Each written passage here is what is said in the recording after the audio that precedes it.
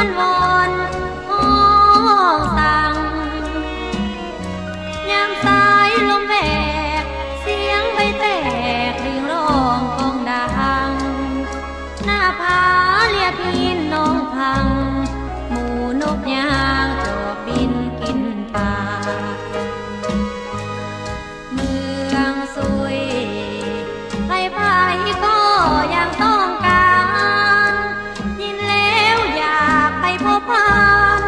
อยากจะเห็นไว้เป็นควันตาเป็นห้อยสลัก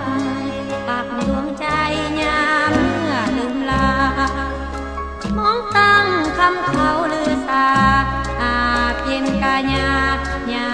มแลนั่งจอมผู้โซเลี้ยวงงคืนเต่ากลับมาเมืองสวยแสนงามสง่าดังเทพเทวาปั้นแต่งหนุ่มสาวเดินเล่นยามตะเวนใกล้จะรับแสงเพื่อไหล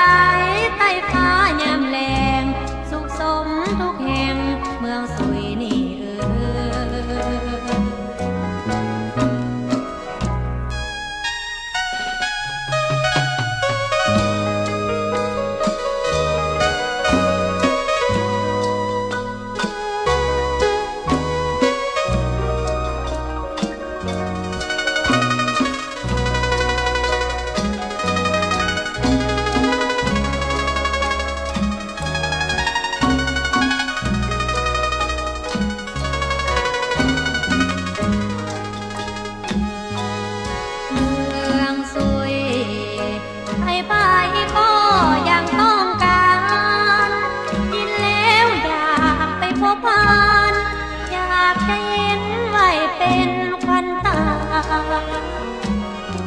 เป็นห้อยสลัก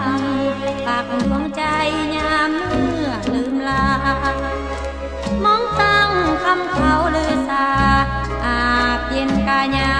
ยามแลนั่งจอมผู้โซเลี้ยวงคืนเต่ากลับมาเมืองสวยแสนงามสง่าดังเทพเทวาปั้นแต่งหนุ่มสาวเดินเล่นยามตะเวนใกล้จะรับแสงเพื่อไหลใต้ฟ้ายามแลง